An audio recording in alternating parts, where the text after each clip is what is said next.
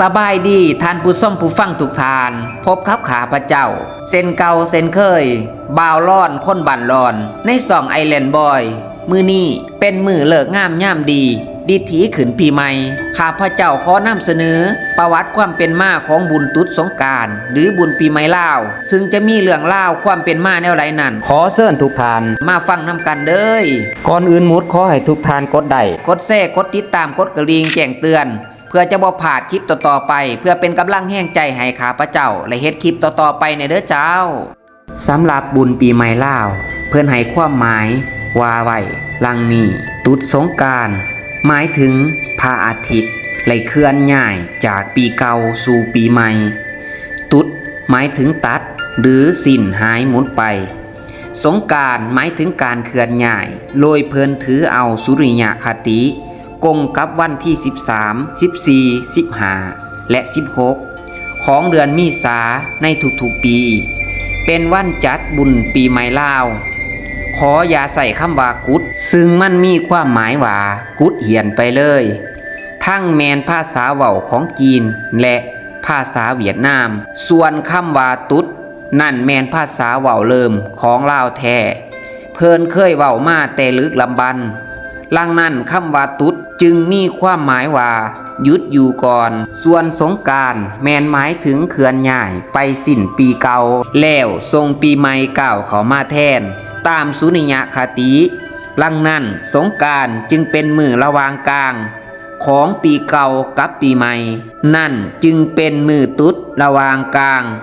ปีเก่ากับปีใหม่นั่นเองบุญปีใหม่ลาวถือไหลว่าเป็นบุญประเพณีของประเทศลาวหรือชนเผ่าลาวเสือศาสตร์ลาวศาสตร์ที่พันลาวและคนลาวที่อยู่ต่างแดนเป็นประเพณีของพวกเฮามาแต่บูหาการที่สืบทอดกันมาตั้งแต่ยุคก่อนๆแต่สมัยบูหานจนหอดปัจจุบันโดยจะกำหนดเอา3วันคือที่14 15และ16เดือนมีษาของทุกๆปีวันที่14เอิ้นว่าวันสังขารหลวงหมายถึงวันทรงถ่ายปีเก่าวันที่15วันสังขารเน่าหมายถึงวันระหว่างกลางของวันที่หรือมือวันที่16วันสังขารขึ้นหมายถึงวันเริ่มต้นของวันปีใหม่หรือวันเปลี่ยนจศจุลศักราชจศ1386เป็นจศ1387ซึ่งมีเรื่องเล่าและประวัติความเป็นมาลังนี้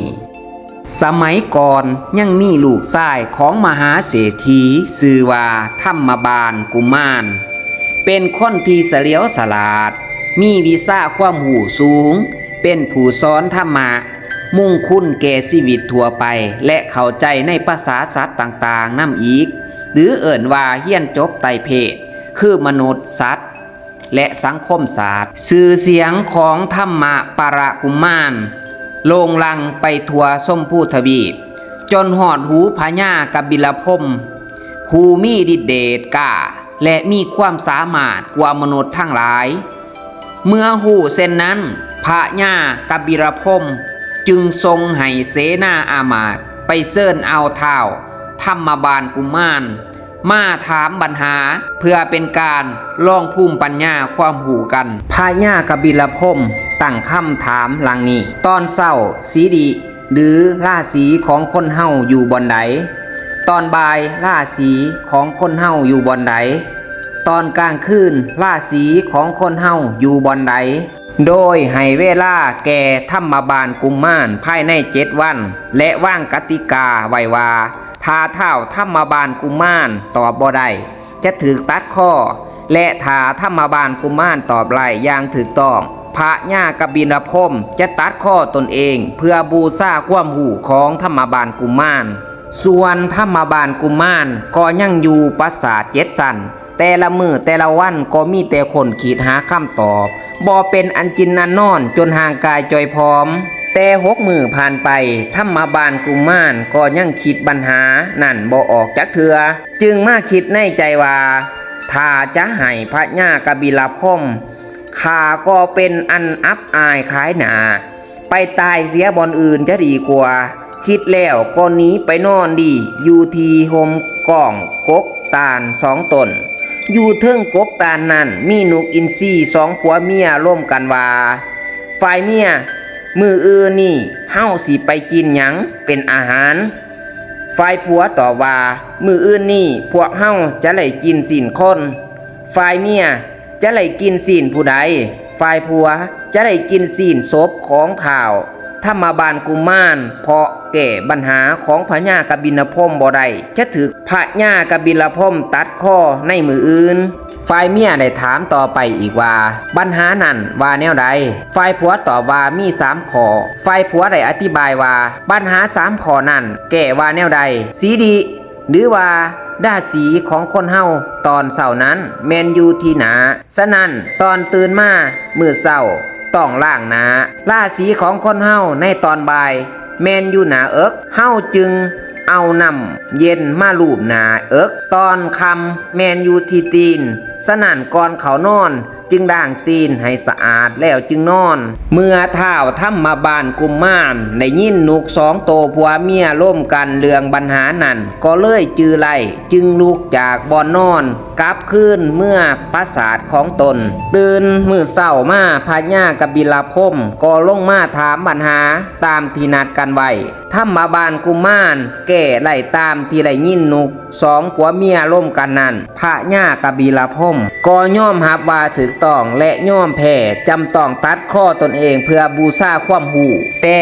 ย้อนความมีฤทธิ์เดชกล้าของพญากบิลพรหมข้อที่ตัดนั้นเอาไว้ใส่ก็บ่ได้จะต้องเอาถิ่มหรือฝังใส่ดินก็บ่ได้เพราะจะพาให้เดือดร้อนจะพาให้เกิดมีสภาพแห้งแล้งขึ้นในโลกฉะนั้นก่อนตัดข้อตนเองพญากบิลพรหมจึงสั่งให้ลูกสาวของตนทั้ง7 คนมาประชุมลูกสาว7 คนแมนแท่นให้7 วันในอาทิตย์หนึ่งคือ 1. นางสาเทวี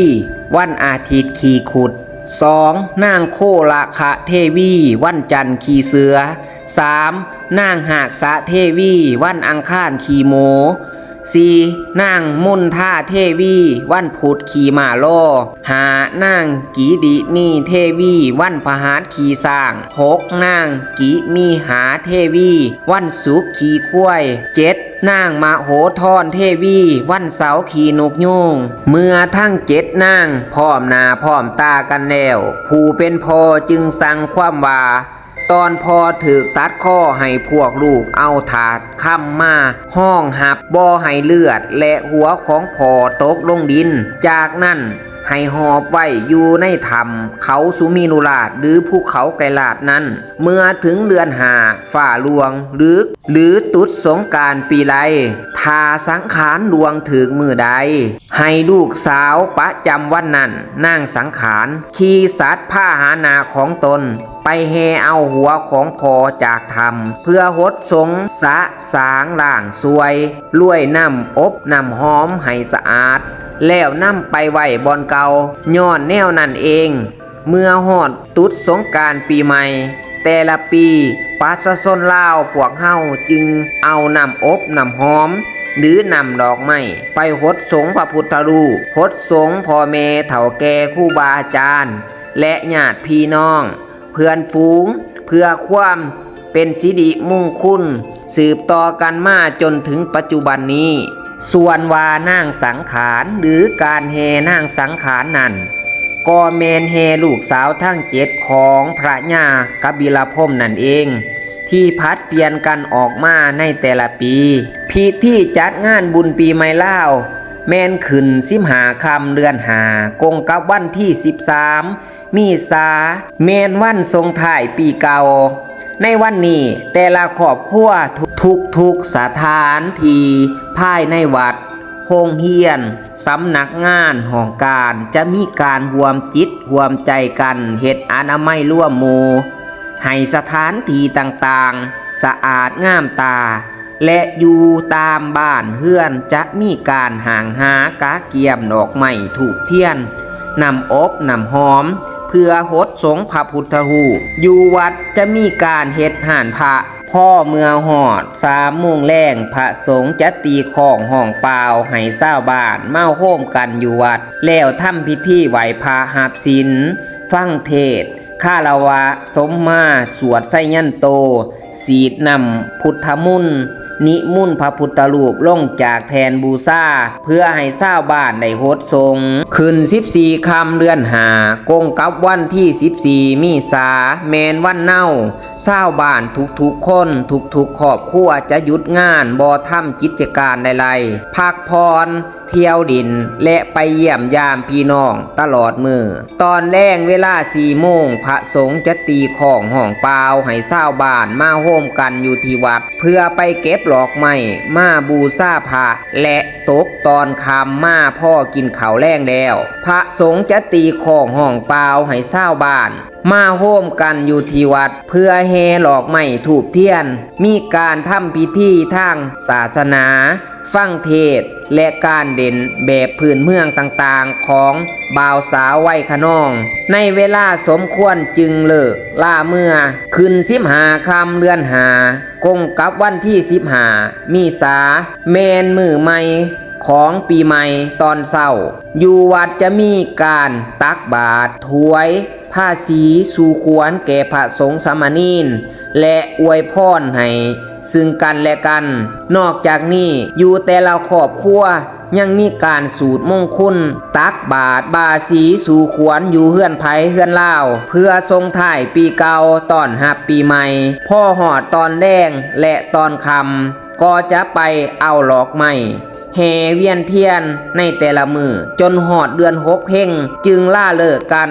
ก็มีนี่แมนความนิยมประพฤติของชาวบ้านกิจกรรมต่างๆในงานบุญปีใหม่ลาว